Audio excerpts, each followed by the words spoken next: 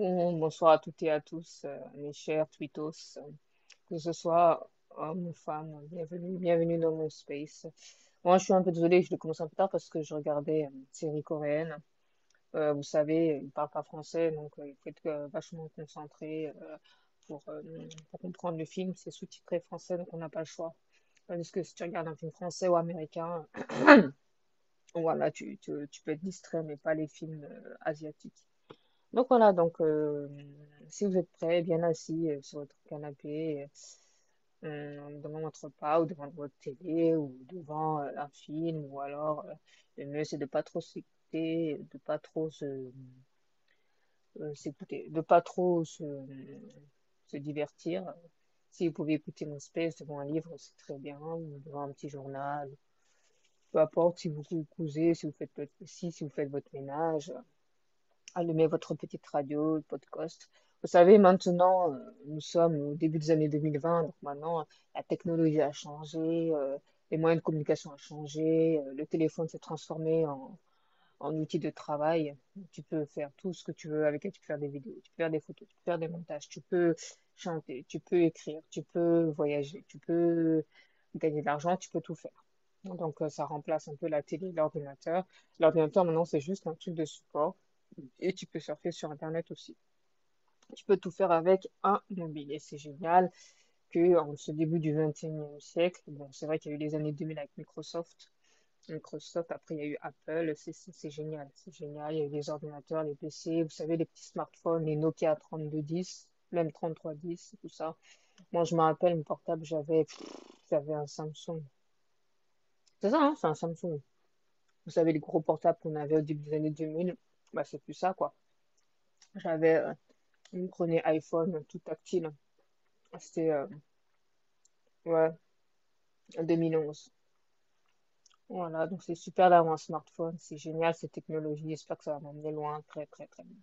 Voilà, juste à vous dire que j'ai mon témoignage en entier, enfin il n'y a pas toute mon histoire, il y a une partie de mon histoire qui a été fait par Momo Laposta. Normalement, on devait le faire l'année dernière, fin 2022, il a été publié, mais il y a un petit désaccord avec ma famille, donc on a dû annuler, et puis lui, de son côté. Voilà, donc il est sous fond musique sonore. Donc il est disponible dès maintenant sur YouTube, il a déjà fait 1000 vues en moins de 24 heures, quoi. C'est pas super ça. Donc voilà, mon témoignage sous le pseudo d'Adjara. Je vous rappelle qu'Adjara, c'est mon pseudo Apostat Islam. Et bientôt aussi, il y aura normalement un concert que je dois donner début décembre pour une association laïque sans frontières créée par Momo et une célèbre actrice et réalisatrice française, Nadia El Fani. Donc si vous m'entendez bien, que tout le monde m'entend et que vous êtes bien affalé, bien posé dans votre canapé, si vous entendez un peu de bruit, bon, c'est mon chauffage. Je vais me lancer pour vous lire le chapitre 4 de mes 13 à mes 16 ans, mes années collège. Si vous voulez intervenir, voilà, il n'y a pas de souci, vous pouvez venir, mais attendez un peu que je finisse de lire et vous pouvez intervenir, il n'y a pas de souci. Bonsoir à tous. Donc, j'en suis à mes chapitres 4, mes 13 à 16 ans, mes années collège. Donc, je dis, hello la famille, comment ça va depuis ce temps? Je ne t'ai pas manqué, j'espère que non. Mais j'ai bossé et je bosse tous les jours à mon travail et à musique, chronique et écriture, bref. Je me démène toujours pour trouver de nouvelles idées, passons et garde la pêche pour la suite. Donc, partie 1, au collège, la sixième et la cinquième. Voilà, c'est la rentrée, on est en septembre 2002, juste après mes vacances au Sénégal. C'était le collège Evire Annecy-le-Vieux. Donc j'étais contente, j'étais habillée avec des baskets Vans. J'avais mon abonnement de 6 bras avec abonnement à l'année, le plus cher évidemment, et les autres se tapaient la côte. Parce que vous savez, au collège Evire Annecy-le-Vieux, donc il y a un collège Evire, et puis en face il y a un rond-point, derrière il y a des habitations. Donc tu pouvais prendre le bus, soit tu descendais en bas et tu démontais la gauche, ou soit tu descendais en haut, mais tu descendais, il fallait traverser, mais il y avait un berger allemand devant, donc j'avais peur de passer. Vous savez, moi j'ai peur des chiens quand ils aboient. Mais sinon, j'ai pas peur, c'est des allemands. Mais tout ce qui est berger allemand, pitbull, quand ça aboie, ça peut même t'agresser, donc c'est dangereux. Donc on passait devant et j'en avais peur. Donc alors, moi, en LV1, donc oui, on avait nos profs et j'avais des matières préférées, tout se passait bien. J'avais pris LV1 allemand et par la suite LV2 anglais. Je voulais prendre une autre langue vivante comme le grec. Tu avais une langue morte et une langue vivante. Latin ou grec, moi, c'était payant. Mais c'était payant. Moi, je voulais grec, mais ma mère voulait pas, car fallait payer en plus. Malheureusement, mes notes étaient peu performantes, voire catastrophiques. Alors, voir. Surtout au second trimestre, qui est le trimestre le plus dur, où on est censé être plus performant. Donc, à la fin de l'année, les profs ont proposé à ma mère que je redouble pour monter mes notes. Et au final, au départ, je regrettais, mais au final, ça m'a beaucoup aidé. Je vous expliquerai pourquoi. Ma mère détestait ça, que je redoublais, sachant que j'avais déjà redoublé le CE2. J'avais déjà redoublé le CE2, hein, je vous l'ai dit, hein, si vous avez suivi, j'ai redoublé le CE2. Alors que je devais redoubler le CP à la base. Bref, en plus de ça, harcèlement scolaire de la part de d'autres garçons. Lentouf, on me surnommait la Lentouf, Alien, et j'en passe. Par monsieur un certain Jonathan Mazie. Enfin bref, voilà, en plus de ça, je corrige un peu mes fautes. Harcèlement. Voilà, donc la deuxième sixième, où j'ai eu pratiquement 15 de moyenne au second trimestre, m'a été, ça m'a bien relevé les notes. Moi, j'ai mis, m'a bien relevé les bretelles. Ouais, ça m'a bien relevé les bretelles, quoi. Le fait de travailler acharnement, je mémorisais toutes mes leçons. Et quand je vous disais que je mémorise toutes mes leçons, je mémorisais toutes mes leçons par cœur. Voilà, toutes mes leçons. Français, maths, tout. Je mémorisais tout par cœur, toutes les leçons. J'ai récité comme on récitait une poésie.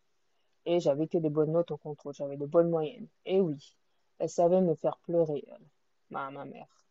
Parce qu'elle m'avait parlé, elle m'a dit, c'est la dernière fois que tu redoubles, sinon je t'achète plus rien, tu retournes chez ton père, tu vas épouser Bouba en Guinée. Bouba étant mon cousin, parce que apparemment mon père voulait m'amener en Guinée épouser mon cousin.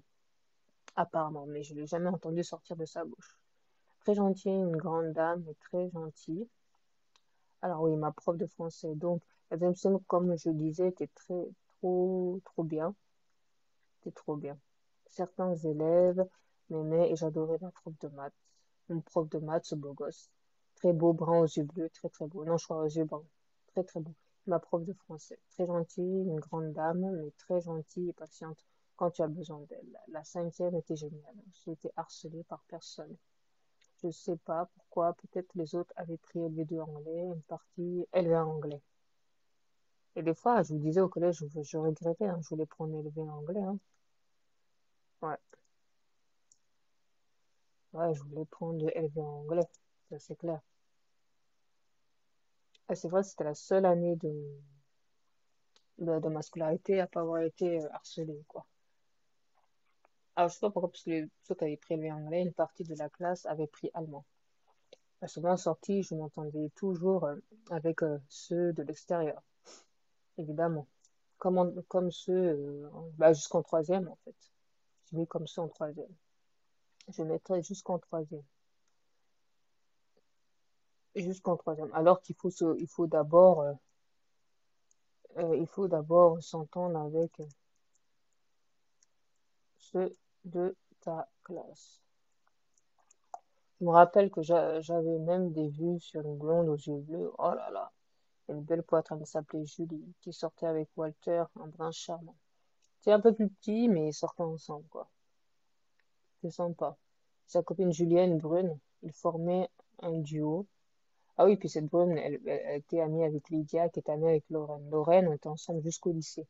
Là où j'ai passé mon BEP sanitaire et social. Je vous en parlerai. Un duo de trois. Je m'entendais bien avec eux. Très bon souvenir en cinquième, mais c'est en quatrième et troisième que ça se gâte. Et Lorraine, c'est une fille, on habitait à peu près dans le même quartier, quoi.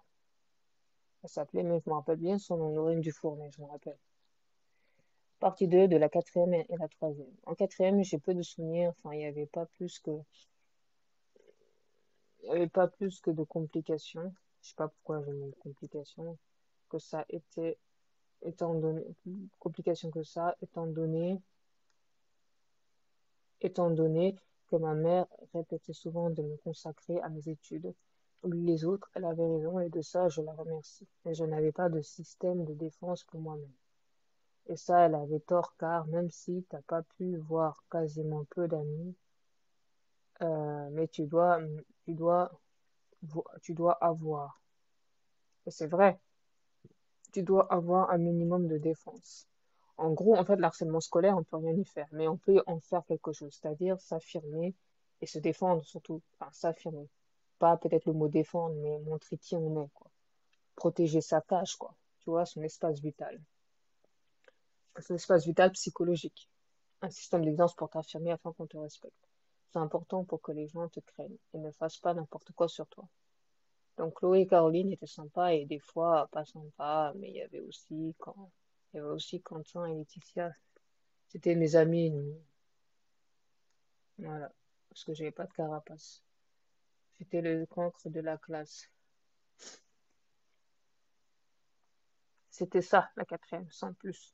Ah oui, une certaine Lara Colère était la reine de la classe, surtout en langue vivante allemande depuis la sixième, et je l'admirais beaucoup. Par contre, en troisième, c'était plus riche, et c'était la dernière classe de mon collège. À Dieppe, j'avais 16 ans.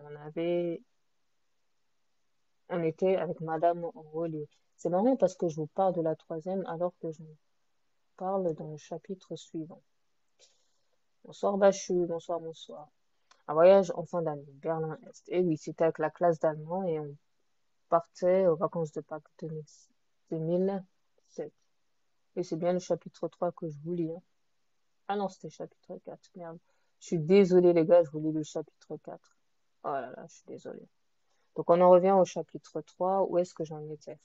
C'était bien le chapitre 3. Je vous ai dit un but de chapitre. Bah, c'est pas grave, au moins vous en avez appris un petit peu. Donc chapitre 3, c'était Voyage de ma mère, histoire de la famille Haïdar. Donc l'année 2002 a été un changement dans ma vie d'abord. Il y a eu le voyage de ma mère au bled il y a un an. Elle serait partie épouser cet homme du nom de Fadel Haïdar. Je cache un peu son prénom. Bah, je vous ai dit le prénom, voilà. Car je n'ai pas envie d'avoir des ennuis, ni moi et mes proches. Euh, car c'est un type dangereux, très dangereux. Donc, elle a été invitée au moins 2, 3 mois au village dans le sud du pays. Elle aurait fait un mariage heureux. L'année suivante, elle est repartie au bled et serait tombée enceinte de mon premier demi-frère, Abba Junior. C'est le nom de son grand-père. Son fils, son père, F. Haïdara, avait été son préféré. Apparemment, elle m'a avoué dernièrement qu'on lui aurait pris un de ses poils du corps, une partie bien précise que je ne citerai pas ici. Naïve qu'elle était, elle acceptait. Il faut savoir que la sorcellerie était bien présente chez eux aussi. Un village prénommé Son Otto était une grande maison gérée à clé. Son Otto. C'était l'islam pur, c'est-à-dire salafiste, dans le sens où chaque fille était contrôlée. Elle n'avait pas le droit de sortir sans autorisation, donc elle ne sortait pas tout court. Tout était contrôlé au millimètre près. Exemple, sa mère, A.F. Haïdara, ne devait pas exprimer ce qu'elle pense. Le mari lui disait de la fermer. Voilà, le mari disait de la fermer et d'aller se coucher.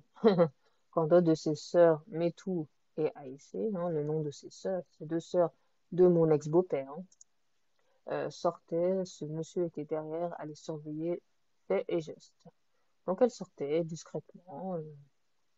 Donc Aïché, elle plus respectueuse, bonsoir, bonsoir, bonsoir à ceux qui rentrent. Aïché, elle plus respectueuse, est tombée enceinte d'un enfant hors mariage.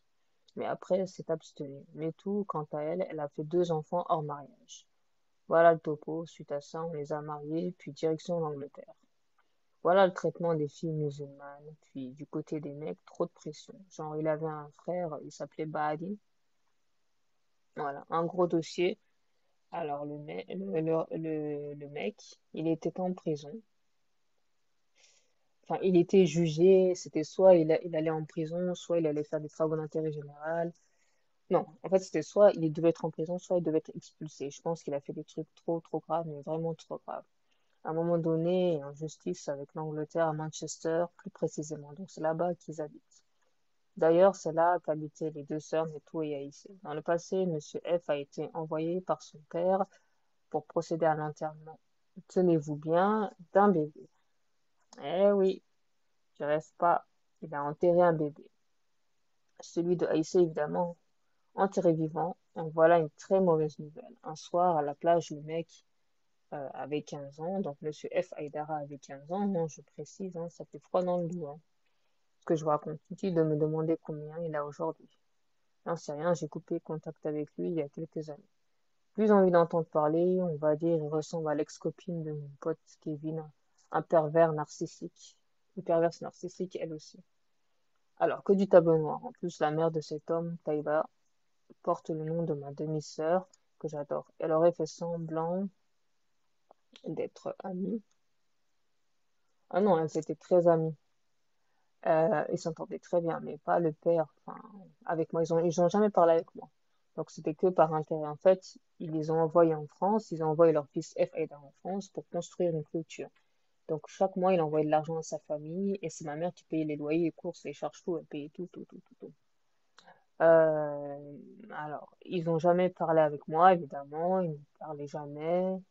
Mais MDR, enfin, Monsieur Aïdara, s'est passé pour mon père, Cécile, pendant au moins 8 ans. Suite au prochain épisode. Donc maintenant, je vais vous parler de la partie 2. Mon voyage au bled et ma rencontre avec Monsieur F. Aïdara. Voilà. Donc après, c'est moi qui pars en voyage en juillet 2002. Avant, moi et ma mère, on part visiter le cher appartement d'Annecy en région Rhône-Alpes. Oui, il fallait que j'y aille avec elle car comme j'étais l'aîné, il fallait que je voie en premier pour qu'ensuite mes frères et sœurs soient au courant. Donc on est parti, on a pris le TGV, on s'est rendu à un quartier qui se nommait Les Têtes. Non loin de la sortie de cette ville, j'avais à l'époque 11-12 ans. Deux potes de ma mère l'ont aidé à déménager. Un certain Jean Togo l'a aidé à déménager d'urgence. Donc elle a pris le max d'affaires, y compris des meubles, imitation Louis XIV, très cher à l'époque. Plus mes jouets, mon coffret, quoi. Nos meubles, moi et mes frères, quoi. Moi et les garçons, plus mes cousins, avec ces fautes de fou. Et mes cousins et tout, ouais.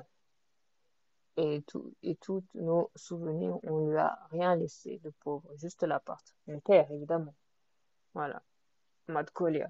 Ah non, il l'a proposé que moi et Ben Yassine de l'acheter. Donc en fait, mon père avait acheté l'appart pour moi et mes frères.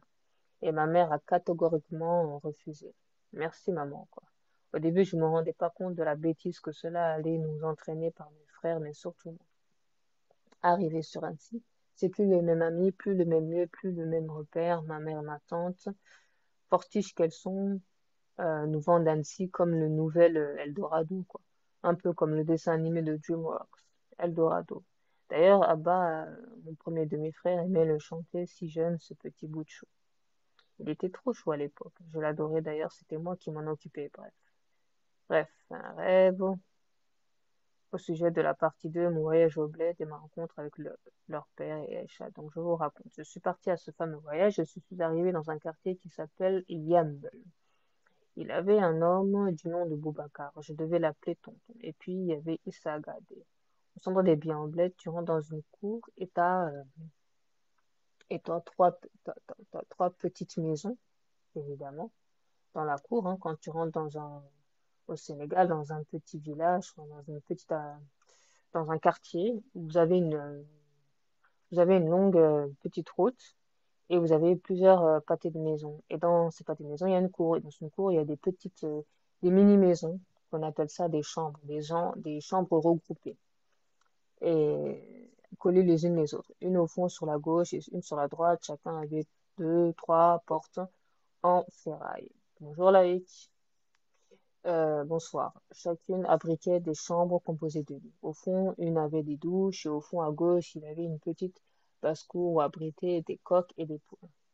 Devant, juste avant la porte d'entrée, avait une petite place où il y avait une bascule pour s'asseoir, à voile, une petite maison. Ah, je dis à voile, une bascule pour s'asseoir. Et à côté, une petite maison et à côté une petite maison. Oui, une petite bascule à voile, je sais pas comment on dit. Comme ce que tu vois dans les îles. Quand tu pars dans les îles, vous savez, comment ça s'appelle, c'est un nom. Tu peux te poser et tu peux dormir dessus. Une petite bascule à voile pour s'asseoir, exactement. Alors voilà, après, et à côté d'une petite maison, il y avait les toilettes. Elle faisait toilette et douche en même temps. Vous savez, les petits carrés blancs, tu t'assois et tu peux faire pipi caca ou tu peux te doucher dessus. Donc, pour te doucher, tu prends un seau et tu prends un jampé, tu te laves. Jampé, c'est, vous savez, les petites fleurs qu'on prend pour se doucher avec un gel douche. Et puis, tu sors de la cour, à 3 pâtés de maison, c'est la sortie. Voilà comment sont composées les maisons au bled, plus précisément en Afrique de l'Ouest, en Afrique noire de l'Est. J'avais fait la connaissance de ces gens et je ne parlais pas une des langues, donc j'utilisais le français, on se comprenait. Peu de temps après, cet homme apparut simple avec un t-shirt jaune et short marron. Rien qu'en parlant de lui, ça me donne la chair de poule. C'était lui, Monsieur F. Haïdara, un homme à l'apparence de grande taille et fin et petite barbichette, mais au fond un cœur noir et violent, autant dans ses propos que physiquement. C'est un personnage narcissique, et au fur et à mesure de ce livre, je vais vous énumérer toutes ces œuvres du diable. Voilà, encore deux chapitres, deux petites parties et j'ai fini. Donc, accrochez-vous bien. Partie 3, ma connaissance avec mon beau-père et ma rencontre avec Aïcha. Donc, je rencontre ce gars par l'intermédiaire de Boubacar, le gars qui m'a hébergé, hein. Je pense que c'est un cousin à ma mère. Et ma mère m'appelle pour me dire que c'est lui et que je dois l'appeler papa. C'est lui ton papa. Il faut oublier Ahmad Kolia. Ahmad Kolia, il n'est plus ton papa. Donc, ma mère et ma tante avaient l'art de critiquer mon père, qu'il a fait ci, il a fait ça. C'est vrai qu'il a fait des bêtises. Et pour dire, 20 ans après, pour dire que oui, tu as déchiré les photos devant mon ex-beau-père. C'est vrai, mais ça, je vous raconterai plus tard. Il y avait une raison. Là, si je continue à avoir mon vrai papa, qui fut Ahmad Kolia, alors que c'était mon vrai père à la base, je commençais à plus l'aimer. Alors, donc, alors, ce gars, je l'adoptais comme un père. Et des fois, je me faisais engueuler pour des broutilles, en fait. Malheureusement, aucun souvenir, mais peut-être je vais arriver à vous donner quelques anecdotes. Peut-être on peut être d'accord, on peut pas être d'accord sur un sujet ou une petite bêtise que j'aurais pu faire. Vous connaissez les pervers narcissiques, il peut me remballer et de traiter tous les noms. Aucun souvenir, désolé, mais je pouvais répondre et exprimer ce que je voulais et j'étais engueulée en direct. À l'époque, j'avais du caractère et j'étais moi-même. Je sais qu'il m'a amené visiter la capitale, la plage, mes différents quartiers où se produisaient les stars de l'époque, comme Tiosan ou le Voile d'Or, voilà. Je faisais des photos avec des stars connues locales comme Baïgé Faye, Walum Binder, c'est ça, Walum Binder. Et ça, c'est tous des chanteurs, en fait, du Sénégal, si vous voulez. Et oui, à l'époque, c'était mon père qui m'avait éduqué et j'avais mon caractère. Pourquoi par la suite j'avais plus de caractère? Ou Viviane Chinindo à l'époque. J'étais heureuse car c'est le monde dans lequel je voulais évoluer. Et ma mère le savait. D'ailleurs, entre 13 et 14 ans, j'avais fait un disque avec mon groupe du nom de Affinity. Un disque, on était un groupe de quartier sur Annecy. Bref, petite parenthèse, je continue. Après le concert de Viviane Chinindo, on est passé dans les loges grâce à Monsieur F. Haïdara. Il avait quand même pas mal de contacts dans le showbiz. Je vous rappelle que c'était un homme du sud du Sénégal. Il arrivait à Dakar, il était pauvre, il avait rien et il marchait avec ses pieds nus. On a rencontré, par mon plus grand bonheur, pour Bandour, le frère de Youssou. Youssou N'Dour, vous taperez sur Internet Youssou N'Dour, hein, c'est quelqu'un de connu. Il y a une photo que j'essaierai de mettre dans mon livre. Euh, alors, on voit sur la droite, on voit moi. Voilà, on voit moi sur la droite, au milieu Monsieur Bombadour, avec chapeau bob blanc, plutôt un bob, plutôt, hein. Voilà, bob blanc, et un t-shirt orange et un jean. C'est très important que je vous raconte tout ça, parce que ça fait partie de ma vie et j'ai besoin de l'exprimer. Et plus tard, je sortirai sous forme de livre et je ferai même un témoignage public. Je vous rappelle que mon témoignage sous pseudo Adjara est disponible sur YouTube et a déjà fait 1000 vues en 24 heures. Et un titre sur la droite, ma belle Aïcha. Donc Aïcha, c'est ma sœur tante, hein. On avait 10 années à l'époque. Voilà. En chemise blanche et robe verte. Elle regardait par terre et moi je regardais l'objectif. Oui, tous les trois là devant la photo et c'est ma chère mère qui l'a. Ouais. Partie 4, soirée night à Tiosan. Enfin, je termine ce chapitre par la soirée à Tiosan. Inutile de me demander l'arrondissement, j'en suis pas si sûr. Mais ce qui est sûr, c'est la même capitale. Moi et F. Haïdara sommes partis à cette soirée, il y avait du monde. C'était son showcase, le showcase exclu de Mbaye Faye. Michael Fay, c'est le meilleur ami du grand chanteur Youssou N'Dour. Et t'avais deux, trois gardes du corps. Federa était avec moi et a négocié pour une photo avec lui et la photo a été prise. Que tu rêves. J'ai pas mis le nom du Mazir. C'était le showcase de Bike et File. Il faut que je rajoute le nom. Et après ça, on aura fini. Et après, si vous aurez des questions, je me ferai une joie de répondre. Était avec moi et a négocié pour une photo avec lui et la photo a été prise. Que du rêve. Et oui, j'avoue, j'ai été gâtée au début des années 2000. Ma mère a même agrandi la photo et l'a accrochée dans ma chambre. Bien avant et bien avant et juste après le divorce. Alors ça, le divorce c'était oui avant et après le divorce de mon père a été, enfin le divorce a été après. Le divorce de mon père et m'a été qui m'a fait perdre. Ce divorce m'a fait perdre quelques kilos, hein. Ça m'a fait perdre 2 kilos, hein. Voilà, quand même. Mais voilà, je le dis. Mais j'avais mis, c'est vrai, quelques kilos sur le livre. Mais j'ai été gâtée, j'ai été l'aînée, donc c'est normal. Voilà, je m'arrête là pour ce chapitre 3. Vous savez tout, comment j'ai rencontré ma sœur, tante par le biais de mon ex-beau-père. Donc, voir le titre, j'ai sorti un titre Aïcha. Aïcha, un morceau sur mon YouTube Ma série musique. Et comment ça s'est passé. Le prochain chapitre parlera de ma relation avec ma mère et ma tante ainsi que mes années collège. À tout de suite. Voilà, j'ai terminé. Donc, si vous avez des questions, c'est maintenant. Je vais couper mon micro, je vais mettre un peu de musique. Et si vous avez des questions, il n'y a pas de souci. Là, j'ai juste rectifié deux trucs. Et c'est vrai que j'avais commencé avec avec le chapitre 4, une chose que j'aurais pas dû faire. Mais c'est pas grave, je relirai ça la prochaine fois. Parce que c'est vrai que le chapitre 4 est un peu long et je l'ai pas terminé. Donc, voilà. Ah, une demande.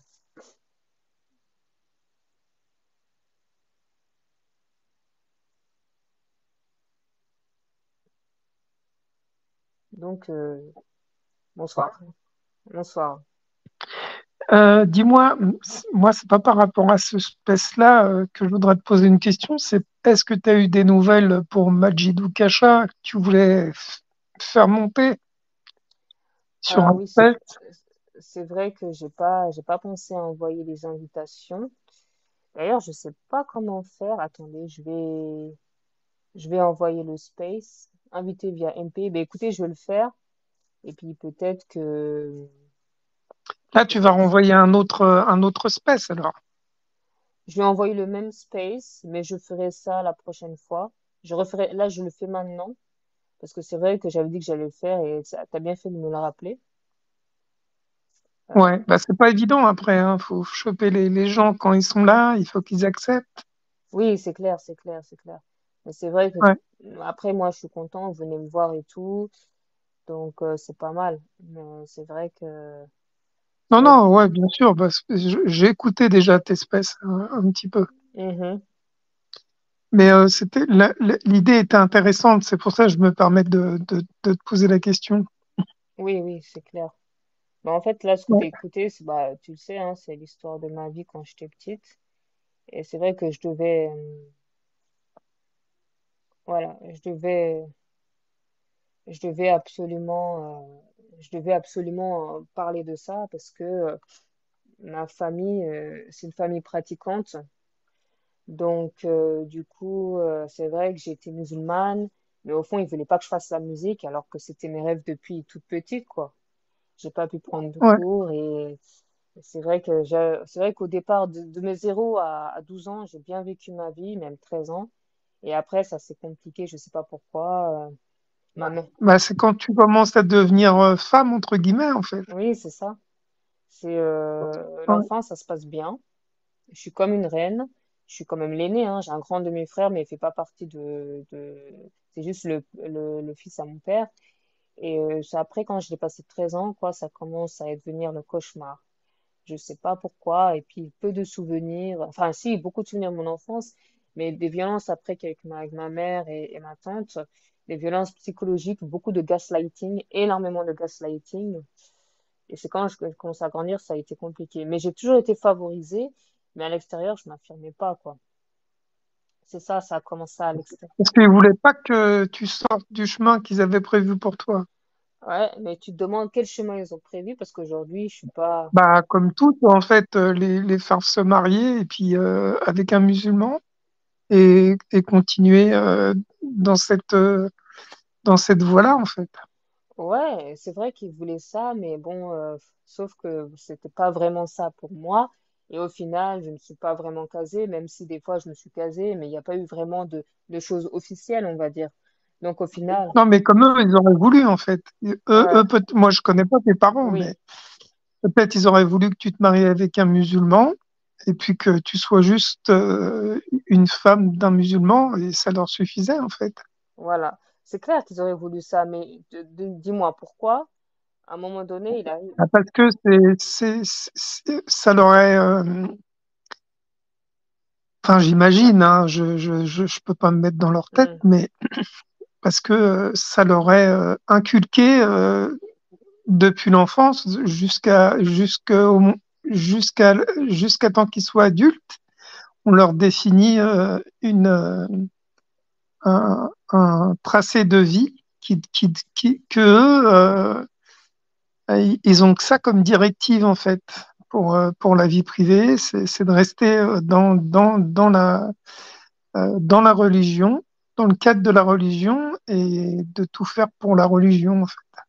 Oui, c'est ça. Et c'est vrai que quand t'es enfant, tu comprends pas ça. Mais pourtant, je te dis la vérité, je me suis jamais mariée, hein. Moi, je te dis, j'ai ma sœur tante, là, elle est avec son copain, elle a un bébé, elle est pas mariée, quoi, tu vois. Donc, si tu veux que ton Mm. enfant soit marié, bah, tu fais bien, quoi. Mais je sais pas, j'avais mes premiers copains, elle en voulait pas. Après, elle voulait un gars, ça a pas marché, ça a marché 3 mois. C'est bizarre, quoi. Quand tu veux, pourtant, les rebeux, ils le font bien. Enfin, quand ils veulent marier leur fille, ils le font. Mais nous, on n'a pas été mariés, on avait choisi nos mecs, non. Ils t'empêchaient pas de choisir tes mecs. Non, mais à un moment donné, il y avait une certaine critique vis-à-vis d'eux. Dès que je leur parlais d'eux, il y avait une certaine critique, quoi. Il n'est pas très beau, il travaille là. Ouais, c'est autre chose. Ouais, moi, ça rentre pas dans ce cadre-là. Ça peut être aussi chez des gens qui sont athées, hein. Oui. Ces réflexions-là, je parle. Et toi, tu penses que c'est parce qu'ils étaient pas musulmans? Bah, si, ils étaient musulmans pratiquement. Enfin, là, ils étaient pratiquants, c'était leur. Ouais, donc ça n'a rien à voir avec ça, alors. Ouais. Pour le coup, hein. Mhm. Ouais. Non, non, mais peut-être qu'ils essayaient de te conditionner à partir de l'âge de 13 ans pour que tu ailles dans ce sens-là, en fait. Que tu te comportes comme ce qu'ils attendent d'une fille pour devenir une bonne musulmane. Oui, déjà dans le sens où déjà, même à 12 13 ans, enfin, il y avait ma voisine, une copine, s'appelait Estelle. D'ailleurs, elle a fait partie de mon groupe de musique. Enfin, elle disait, oui, Marima, tu viens, on sort. À chaque fois, elle toquait chez moi pour qu'on sorte. Et moi, je voulais pas. Je sais pas, j'aimais mettre les habits dehors, sécher les habits mouillés. J'aimais bien repasser. Je m'enfermais avec ma tante dans la cuisine. Je tranchais les oignons. J'apprenais à cuisiner. On se racontait plein d'anecdotes. C'était plus mes petits frères qui sortaient. Moi, j'aimais pas sortir. Mm. Ouais. T'es venu à quel âge en France? Alors moi, honnêtement, moi, je suis née, j'ai grandi en France. Ouais, Voilà. d'accord. Ma Ouais, mère est venue avant un peu plus tôt, puis quelques temps après, elle m'a eu. ok. Voilà. Donc, Ouais, parce que comme je t'entendais parler de chambre maison, c'est pour ça que je te posais la question. oui. Alors ça, oui, c'est vrai que ça, c'est bien les maisons au Bled quand je suis partie en voyage à Dakar. Mais c'est vrai que avant, bah, j'étais moi-même, quoi. Peut-être, je me dis peut-être parce que après, quand mes parents se sont séparés, il y avait les jours de garde avec mon père, et c'est vrai qu'à chaque fois, on revenait avec mon frère Ben Yassine, et c'est vrai que ma mère et ma tante, elles s'empressaient de nous poser des questions. Qu'est-ce qui s'est passé? Qu'est-ce qu'il a fait avec sa femme? Ils font quoi? Ils préparent quoi? Et après, ils aimaient bien dire que j'avais le caractère de mon père, et que mon père était pas gentil, quoi. Donc, ah, bonsoir la Posta Kafir, bonsoir Spida Louf, ah bah, il y a du monde. Mais oui, c'est Ouais. vrai, quoi, c'est bizarre, c'était une autre époque. Mais après, c'est vrai que par la suite, ça s'est empiré, et même à l'école où je m'affirmais pas, quoi. Parce que tout ça, même vis-à-vis de ma mère, et c'est flou. Un peu plus jeune, en fait, dans le village où enfin, on était en Bie, hein, je dis, on habitait en Bie. Dans ma chambre, j'avais plein de posters de stars. Et ma mère, enfin, elle disait que c'est des griots. Nous, on n'est pas griots. Et pour moi, elle voulait que je bosse dans le médical. C'est pour ça que pour la troisième, que je vais raconter dans mon chapitre 4, pour la troisième, bah, elle m'a dirigée vers un stage médical. Alors qu'elle sait qu'au fond, j'ai toujours voulu faire de la musique. Et il disait que non, la musique, c'est pour les griots. Alors voilà, on n'est pas musicien, on est des gens nobles. Ma mère, elle l'a compris aujourd'hui, mais ma tante, elle a encore, ma grande tante, elle a encore un peu à cheval dessus, elle a un peu du mal. Et pourtant, j'ai plus de 30 ans, quoi. Donc, je comprends Mm. pas. Je comprends pas. Et là, actuellement, si c'est pas indiscret, tu travailles pas dans la musique. J'en fais une passion. J'en fais. Ouais, ouais, mais c'est pas ce qui te permet de subvenir à tes besoins. Non, je gagne un peu de sous. Des fois, il m'arrive de faire quelques concerts, mais c'est quelques concerts, c'est tout. Ça me rapporte pas énormément d'argent, quoi. Mhm. Donc, Et tu travailles à côté. voilà, je travaille surtout à côté. Oui. Ouais. Bah, c'est ce que c'est. En fait, moi, je pense que la plupart des parents, quand leurs enfants ils leur disent qu'ils veulent être musiciens, comme ils savent qu'ils ont très peu de chances de percer par rapport à la masse, ils veulent leur assurer quelque chose qui fonctionne en priorité. Donc, c'est pas forcément la musique qui leur déplaît, mais le risque de se retrouver à galérer tout le temps parce qu'ils n'arrivent pas à décrocher de quoi les faire vivre. Oui, c'est ça. Et puis c'est vrai que la musique, c'est un domaine difficile. Et c'est vrai que d'un côté, je les remercie. Bah, peut-être j'aurais pu faire un cursus, mais peut-être pour eux c'était cher. Mais je leur remercie de m'avoir suivi un cursus. Mais quand même, ils auraient pu me laisser choisir mon métier et laisser moi me faire des options à côté. Ça, Ouais, ouais, ça, ouais. d'accord. Mm. J'aurais pu prendre des cours de musique plus tôt. J'aurais eu le niveau, mais ils connaissent pas ça. Ils connaissent pas. Alors, et puis ils veulent pas. Parce que ma mère, je sais qu'elle m'a eu tôt, elle m'a eu jeune, elle m'a eu à peine 18 ans. Et je sais qu'elle aurait voulu, genre, faire travailler dans le médical et être médecin, quoi. Voilà, elle aurait voulu que je fasse médecin, donc c'est pour ça que qu'est-ce qu'elle a pas réussi avec moi, elle le fait à ma petite demi-sœur. C'est long, les études de médecine. Bah oui, puis il faut avoir un niveau, il faut avoir une moyenne que j'avais pas, quoi. Il faut être fort en Mm. maths, faut être fort en physique, et apparemment ma belle-sœur est fort en maths, donc autant mieux.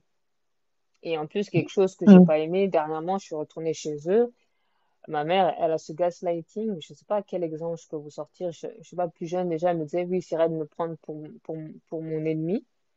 Je vois pas pourquoi elle me dit ça. Elle voulait pas trop que je sorte quand j'étais ado. Quand j'avais mes premiers copains, elle me dit laisse tomber, c'est un Sénégalais. Dernièrement, j'avais gardé mon dernier petit frère, Mahfouz, je l'avais gardé avec moi et je sais pas, à un moment, je me suis fait engueuler parce que le bébé pleurait. Même une copine l'a incité à dire dis-la pardon, elle avait du mal. Ma mère est très très fière et elle m'a fait beaucoup pleurer. Et chaque année, j'avais droit à une claque, quoi. Chaque année, chaque année. Donc j'ai des souvenirs comme ça et quand je le parle, elle me dit ah, non, non, pas du tout, j'ai jamais fait ça. Et j'ai même un souvenir quand j'avais 8 ans, elle était assise sur le canapé allongée et je voulu la voir, elle m'a jeté hors du canapé, quoi. J'ai des souvenirs comme ça, mais elle assume pas. Mais c'est pas grave, je peux sortir un livre, elle va assumer. C'est pas grave. Peut-être c'est mieux que tu aies été voir un spécialiste pour en parler, non? Hmm.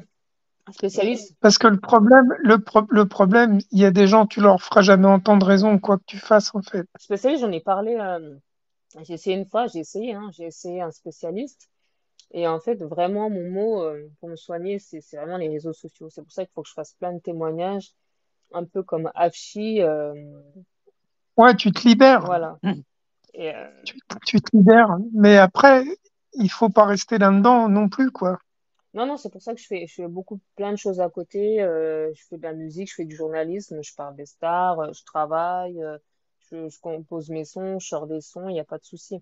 Mais c'est pour l'instant, c'est vrai que j'ai besoin de rester dedans. Mais c'est vrai que je fais beaucoup de choses à côté et ça marche. Quand tu racontes un peu ta vie, ça marche. Et j'ai besoin de raconter et j'aimerais bien faire un témoignage public. Public, mais T'expurges ce qui te dérange, en fait. ouais, j'expurge, en fait, j'ai besoin parce que la famille, même si tu retournes chez eux, ça va être l'enfer, en fait. Ils vont pas t'écouter, ils vont te parler mal, ils vont te dire de la fermer et dernièrement, j'étais plus moi-même, quoi. Comme t'es là-bas, t'es avec eux, t'es comme une extraterrestre, quoi. Je voulais juste dire à ceux qui ont été arrivés, qui venaient d'arriver, j'ai mon témoignage du nom de Adjara dispo sur YouTube. Voilà, il est dispo et il a déjà fait 1000 vues en 24 heures. Mais en fait, le témoignage, j'en ai besoin. Je vais pas y rester longtemps, mais j'ai besoin de sortir ça. Euh, Parce que c'est marrant, parce que C'est un c'est plus le climat familial que tu as besoin de sortir et qu'on- qu'autre chose en fait. merci Spider. Oui, c'est clair, mais ça, j'en ai besoin. Et j'aurais dû commencer par ça parce que j'ai commencé par autre chose. J'ai fait des conneries. Et Ouais, bah tu sais, personne n'est parfait comme on dit, hein. c'est clair. Je vais faire parler une autre Ouais, personne. ok. Ouais, ah, du coup, il a enlevé son truc. Bash, j'ai vu que tu levais la main. Tu peux relever la main si tu veux, il n'y a pas de souci. Parce qu'il est passé en mode auditeur. C'est comme tu veux. Ouais, ouais, non, j'ai besoin d'extirper tout ça parce qu'il faut que je fasse ça. Ouais. Bah voilà, je vais demander. Mais Je vais accepter. Voilà. Bonsoir, Bachusit. Donc, je sais pas comment activer parce qu'il a coupé son micro. Vous Bachusit, tu peux m'entendez? parler si tu Vous veux. m'entendez? Oui, Ouais. bonsoir, je Oui, t'entends. bonsoir tout le monde. Moi, j'ai bien aimé ton histoire, hein. Le début était très bien. Et Mhm. ouais, ça m'intéresse d'entendre la suite. J'ai pas entendu les deux premiers chapitres, hein. Oui, ils sont Euh, disponibles ouais. sur mon Twitter. Ils sont disponibles. Mais il y a, en fait, tu ne parles pas de la religion dans ce que tu racontes, dans ce que j'ai entendu, même si on la sent sous-jacente. Oui, c'est vrai que moi, c'était pas plus la religion, mais ça a été un instrument pour me détruire. Pas vraiment, mais c'était plus un climat familial toxique. C'est vrai que c'est plus ça. Ouais, Mais c'est la ce religion, là que où j'ai je la plus parle, c'est senti, ouais. quand, ouais, la religion, là où je la parle, c'est plus du côté de mon ex-beau-père. Là, il y a de la religion. Mais c'est vrai que de mon côté, il n'y a pas eu de religion, mais on était musulmans juste light. Mais il y avait, ce qui est important à souligner, c'est qu'il y a un comportement toxique dans lequel j'ai beaucoup souffert, quoi. Je Voilà. voulais juste intervenir sur ça. Et Hmm. euh, un autre truc, c'est de faire une lecture un peu plus, euh, comment dire, que ta lecture soit un peu plus dans le sens où, comme là, tu parles, c'est-à-dire on ressent l'émotion, Hmm. mais tu coupes un peu trop ta lecture. Ouais, ouais, je vais essayer de faire ça. Je vais essayer de faire ça et c'est vrai parce que j'ai regardé mon texte, c'est vrai que je corrige un peu, mais je vais essayer de faire ça. Mais sinon, oui, là, la semaine prochaine, je vais vous sortir le chapitre 4 parce que là, je l'ai presque fini et puis il y aura encore plein d'anecdotes, ça, de toute façon, il y aura pas de souci. Mais c'est vrai que si tu veux lire les deux autres chapitres, c'est déjà disponible. C'est déjà disponible sur Mad Music, hein. Sur mon Twitter, tu descends plus bas et tu les auras. Donc, voilà, quoi. Mais ouais, c'est vrai qu'il faut que moi, en fait, j'ai décidé de faire par là parce qu'avant, j'avais fait des conneries, j'avais fait des photos intimes, des vidéos intimes, enfin bref. J'étais vraiment dans un autre monde parce que j'en avais marre. En fait, je suis partie de ma famille, j'avais 25 ans, je suis partie tard parce que je m'entendais plus avec ma mère et je devais partir il y a 2 ans avant déjà. Donc, ma grand-mère habitait en région parisienne, plus précisément à Paris. Et je lui ai demandé de l'aide, sauf qu'elle l'a pas fait. Elle m'a fait croire qu'elle allait le faire, mais elle l'a pas fait. Donc, en fait, 2 ans après, j'ai déposé ma démission et je suis partie. J'avais un CDD d'1 an et puis je suis partie. Et 2 mois avant, moi et ma mère, on se parlait plus. Donc, elle parle et soudain, elle avait peur. J'ai plein de souvenirs. J'ai même le souvenir quand on se disputait à la cuisine. Elle me disait oui. Alors oui, on m'a déchiré mes fesses pour t'avoir et tout. Je lui ai balancé les fourchettes à la gueule. J'ai fait comme mon père lui a fait il y a à peu près 20 ans, quoi. Donc, ma mère m'a fait plein de blessures psychologiques. Et ça, je vais le sortir, ça. Voilà. Donc, dernièrement même, elle m'a avoué que oui, c'est vrai, j'ai été élevée par une belle-mère méchante, mais ça fait mal quand je t'entends pas, je m'en fous. Là, je suis décidée, personne m'arrêtera et peut-être j'ai mal démarré avec ce que j'ai fait sur Internet, mais là, personne va m'arrêter, quoi, parce qu'il faut que ça sorte, parce qu'ils changeront pas et c'est comme ça. Et t'inquiète que des spécialistes, j'en ai consulté, j'ai même suivi beaucoup de vidéos psychologiques, En ce moment-là, je suis dans la spiritualité, je pratique le yoga et c'est ce qui m'aide. Et un jour, je vais sortir un livre dessus. Ça, c'est sûr. Ça, c'est sûr. Mm. Ouais.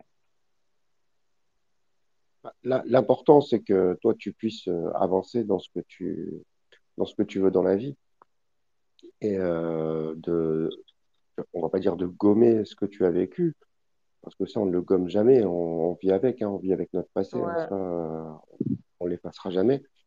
Ouais. Mais c'est de pouvoir, toi, avancer et continuer. Si le fait de sortir un livre, de raconter tout ça, et surtout que tu saches toi-même que ça ne changera pas ta famille, et, ta mère, ta belle-mère ou ton beau-père, de toute façon, eux resteront comme ils sont, hein.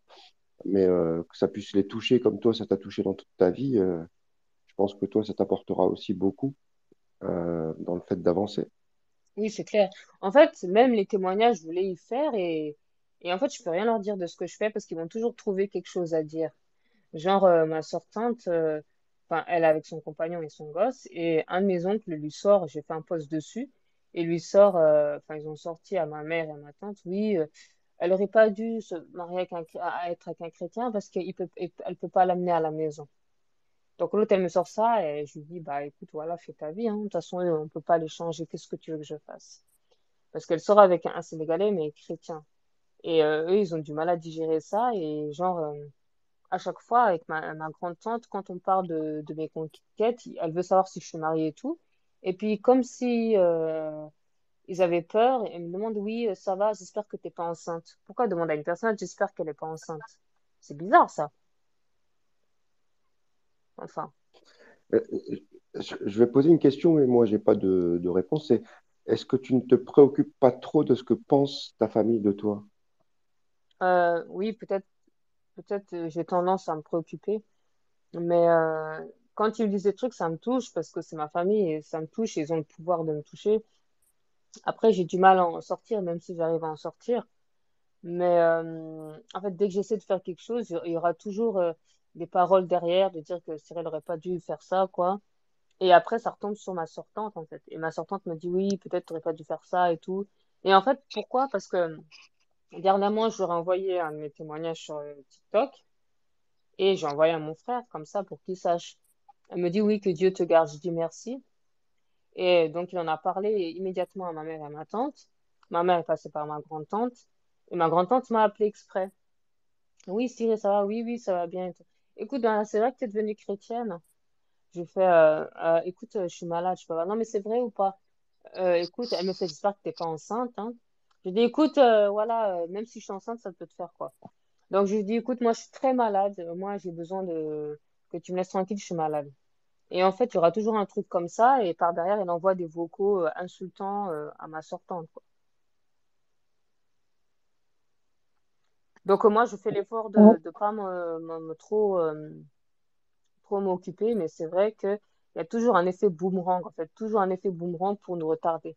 Ça, toujours, toujours, toujours, toujours. Mais pourquoi tu lui dis pas à ta sortante que ce que tu lui dis, elle le garde pour elle? Bah, en fait, ce qu'elle me dit, en fait, ça me concerne. En fait, pourtant, ouais, elle pourrait le garder pour elle.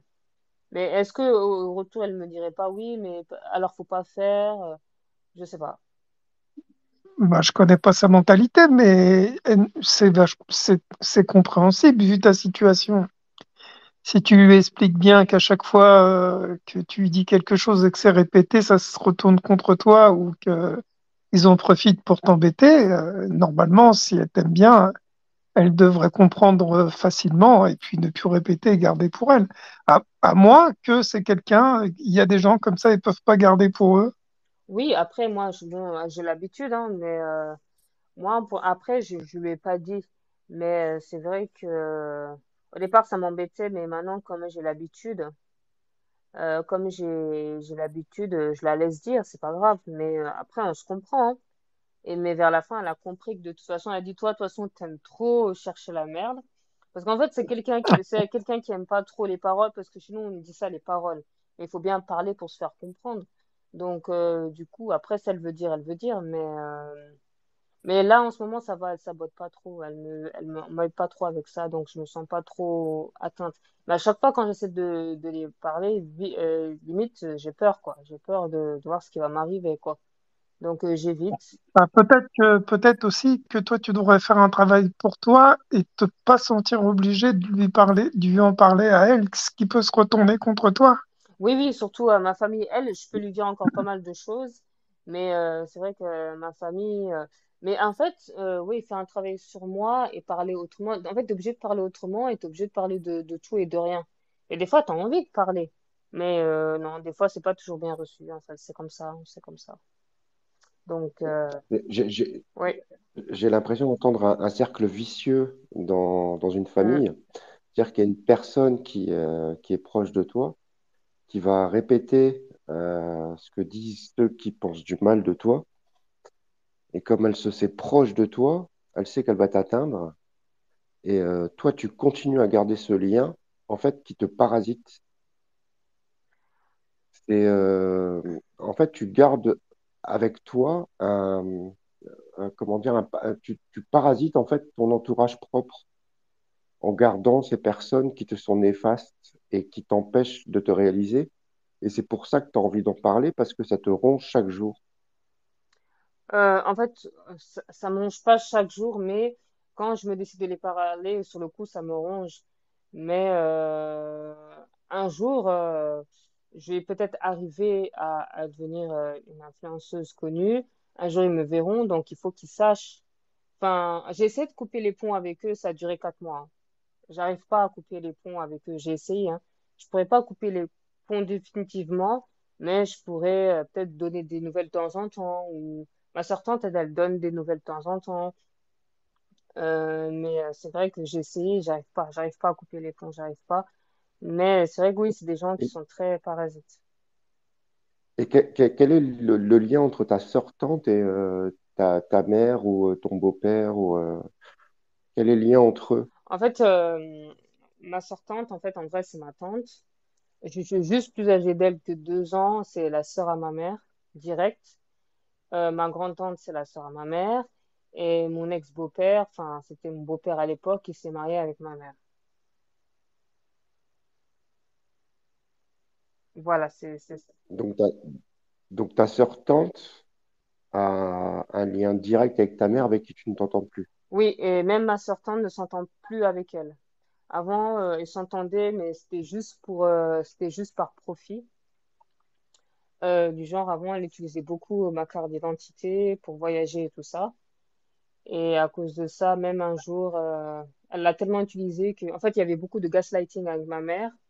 Et je me rappelais même quand je partais au bled, elle me disait oui, Cyril me parlait comme une enfant, quoi. Faut pas faire ci, faut pas faire ça, arrête. Et c'est vrai qu'ils ont une manière de parler et ça casse le moral, ils ont beaucoup d'énergie négative. Et elle a tellement utilisé ma carte d'identité qu'un jour, ma sortante s'est fait arrêter par les flics en Suisse. Et je lui ai dit bien fait, au moins, voilà, ça t'apprendra à écouter plus maman que moi, quoi. Donc, ça l'a retombé dessus et c'est vrai qu'au départ, elle écoutait plus ma mère que moi. Et ma mère s'en servait d'elle contre moi, quoi. Donc, voilà, c'est ça le truc. Mais c'est pas grave, je vais continuer à parler de ma vie jusqu'à ce que ça leur retombe dessus et je les écouterai plus jamais parce que quand tu les écoutes dans ta vie, tu avances pas comme il le faudrait. Donc, c'est pas grave, c'est pour ça que voilà, je fais des spaces. Voilà. Mm. Et, et si tu commençais à ne plus les écouter dès maintenant pour pouvoir justement raconter ta vie et ne plus avoir le contact direct avec eux pendant, tu parlais de 4 mois sans relation, de mettre un peu plus de temps ou du moins de distance et de ne parler que de choses simples de la vie, mais pas de relationnel dans la famille. Ça serait quelque chose qui pourrait t'apporter beaucoup aussi et qui te permettrait de te relâcher, de parler de toi et pas d'eux, parce que tu parles beaucoup d'eux. Oui, c'est vrai que je pense à ça. Mais voilà, c'est pour ça que je fais mes spaces pour aller de l'avant. Et je parlerai aussi beaucoup de moi. Et de toute façon, je suis sur les réseaux sociaux, hein. J'ai un Snap où je parle de moi tous les jours.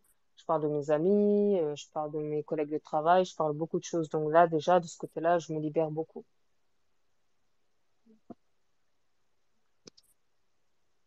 Et dans ta vie, tu m'excuses, mais est-ce que t'es seul, t'es, t'es assez isolé en fait? Est-ce que tu vois beaucoup de gens à part ta famille? Est-ce que tu entretiens des relations hors famille? Bien sûr, bien sûr, j'ai pas mal d'amis, donc ça va, je m'entends avec pas mal de personnes. En fait, sur le moment, je parle beaucoup d'eux parce que je les aime beaucoup, mais ils aiment me détruire sans le savoir ou ils font exprès. Donc, je leur retourne l'appareil, leur monnaie de leur pièce, tout simplement. Et peut-être un jour ils comprendront, et s'ils comprendront pas, bah tant pis. Ouais, mais là, t'es dans une optique de confrontation en fait. Oui, c'est vrai, c'est vrai, c'est vrai. Mais ce qu'il faudrait peut-être, ça serait mieux d'en parler directement avec eux ou essayer au moins de semer une petite graine pour qu'il y ait une discussion ouverte Bah, qui se fasse avec eux. justement, j'ai essayé plusieurs fois, j'ai essayé pendant 20 ans, ça n'a pas marché, donc c'est pour ça que j'en parle aux autres. Ouais, Voilà, d'accord. parce que j'ai essayé mille. T'as l'impression d'être en face d'un mur. Voilà, je suis en face d'un mur en fait, parce que même ma tante a essayé, non, ils comprennent pas, ils veulent pas comprendre. Donc c'est pour ça que je fais des spaces pour ça. Mais rassurez-vous, Hum. dans mon livre, il y aura pas que ça, il y aura beaucoup de ça, mais il y aura beaucoup de ce que j'ai fait aussi. Il y a aussi, il y a pas que du noir dans ma vie, mais il y a aussi beaucoup de choses que j'ai fait, comme les voyages à Tiosan, tout ça, c'était super, hein, c'était super. Et c'est pour ça que j'ai fait des spaces pour ça, parce que j'ai essayé. J'ai essayé, et c'est pour ça qu'il y a eu ce coupage de pont avec ma mère. Et j'ai essayé, ça a pas donné, donc ils veulent pas comprendre. En fait, ils disent que tu parles trop, t'aimes trop les paroles. Donc maintenant, moi, je me fais un space, comme ça, les gens vont m'écouter.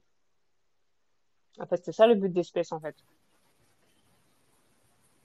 Bonsoir, Massiré. Bonsoir, Costa Café. J'espère que je prononce bien, Oui.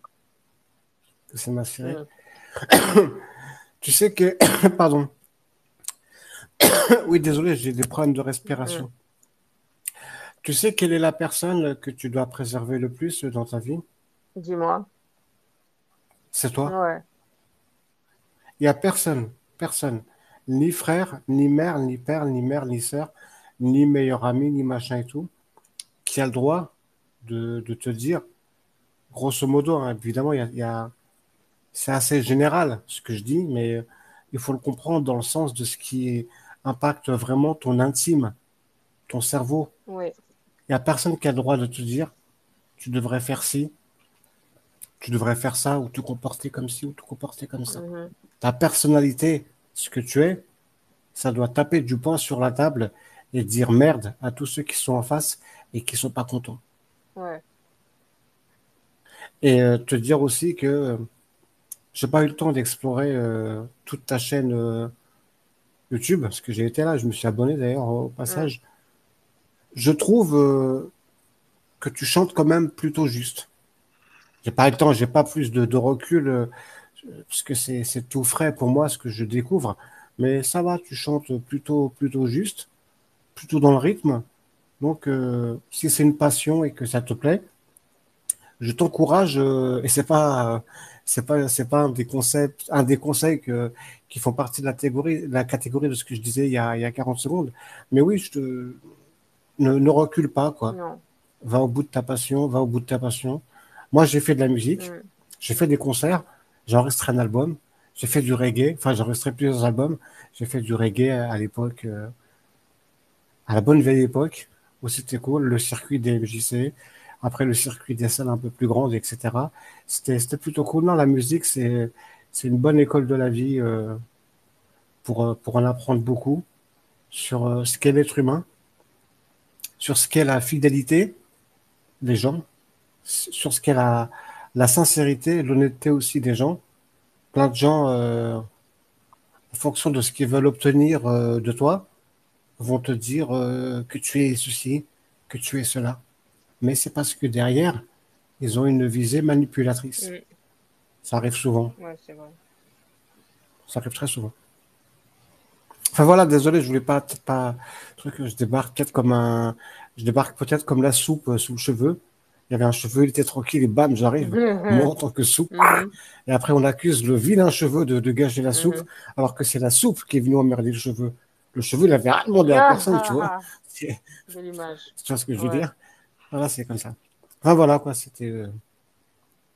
J'aime bien la reprise de You Know I'm Not Good de Amy Winehouse, Ah, qui est une très, très, très belle chanson. Putain, mais chaque fois que je l'écoute, cette chanson, mais il y a plein de gens qui se rendent pas compte du travail musical qu'il y a derrière et du vrai travail vocal de cette chanson, de ce qu'elle signifie, et que ça n'a rien à voir avec, comment elle s'appelle, Adele. Adele, oui. Rolling, elle chante bien, Rolling in the deep. mais Oui. mais il n'y a pas de, il y a pas ce côté gras, ce côté grain cassé dans la voix qu'il y a dans Amy Winehouse, qui raconte une histoire, tu vois, c'est trop propre. Adele, quand elle chante, c'est beaucoup trop, c'est McDo, quoi. Mhm. C'est calibré, c'est avec conservateur, avec machin, ceci, cela. Elle raconte sa vie, quoi. Alors que, non, mais c'est pas mal, Mhm. hein. C'est une vraie belle chanteuse et bonne chanteuse, Adele, mais il manque ce petit côté. Après, je ne connais pas plus que ça, il manque ce côté un petit peu. Moi, j'aime bien, entre guillemets, les vies dans lesquelles il y a des petites fêlures, des histoires qui sont racontées de gens qui ont réussi à se relever sous la tempête, Mhm. comme dirait Majid Cherki, qui ont roulé sans essuie-glace sous le déluge. Tu vois, j'aime bien ce type de vie. Mhm. Et j'ai l'impression que Amy Winehouse, elle est plus proche de ça que Adele. Ouais, c'est vrai qu'Amy Winehouse et Adele, ils ont tous les deux leur univers, c'est tous les deux des Anglaises. C'est vrai que Amy Winehouse a plutôt un côté soul jazz, que Adele c'est plus pop Ah ouais, mais la soul jazz, justement, c'est, tu vois, la pop, c'est trop souvent commercial. aseptisé. Ouais. Mais voilà, franchement, si quelqu'un te dit que tu chantes mal, sache que c'est faux. Mhm, merci. Merci, et t'es le bienvenu dans mes spaces. Merci pour ton discours. Ah, mais merci. Ouais. Et je continuerai à faire des spaces, je parlerai d'eux, je parlerai de moi, parce que je compte sortir un livre très bientôt. Et voilà, c'est pour ça que je fais des spaces, mais rassurez-vous, je parle pas que d'eux. Même s'il y avait une époque où je cherchais beaucoup la confrontation, mais là c'est terminé, je leur parle même plus, même. Je parle même plus. Je leur parle plus, mais il faut que ça sorte, voilà. En tout cas, bon, si vous n'avez pas d'autres questions, je vais arrêter le space. Merci de m'avoir écouté. Non, non, j'ai pas une question, Oui, mais j'ai une affirmation, c'est que la confrontation à long terme, si tu restes dedans, ça détruit. oui, donc Et comme t'as pas de moyen d'en sortir autrement que par la libération de la parole, il faut continuer. Mais il faut surtout pas rester dans la confrontation, en fait. non, surtout pas. Je vais juste libérer ma parole à travers mes spaces, mais je les confronte pas. Je les laisse découvrir. Puis voilà. Et puis ils sauront pas, voilà. Mais je le confronte plus. Ça, j'ai arrêté. Il y a quelques mois, la confrontation, j'ai arrêté. Parce que ça sert à rien. Et voilà. Non, ça détruit. Bah ouais, c'est clair, ça détruit. Et en tout cas, bah écoutez, les gens, merci de m'avoir écouté. Merci Loïc. Merci Bachista. Merci la Posta Café, hein, merci Spider. Et la semaine prochaine, un prochain Space. Ça sera le chapitre 4, mes années collège. Merci à vous tous. Ouais, tu nous tiens au courant pour Majidou Kacha, quand même, si tu arrives à le Oui, il joindre. n'y a pas de souci. J'enverrai les invitations plus tôt. Merci à tous. Bonne soirée. Bonne soirée. Ciao. Bonne soirée à toi. Ciao.